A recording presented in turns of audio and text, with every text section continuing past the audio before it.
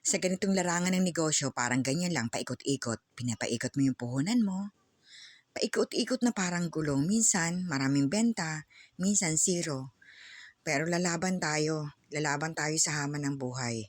Malakas tayo at mapalad pa rin tayo na binigyan tayo ng dalawang kamay, mga paa para panlakad, kamay na para gawin natin yung mga task natin sa paghahanap buhay. At least kahit pa paano kumikita tayo. Antay-antay lang tayo. Darating din ang para sa atin, darating din yung araw natin, darating din yung oras na lalago rin yung negosyo sinimulan natin. Mula sa maliit, lalaki rin yan.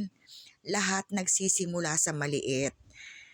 Laban lang, dasal, tiwala sa taas. Yun lang mga karaketers.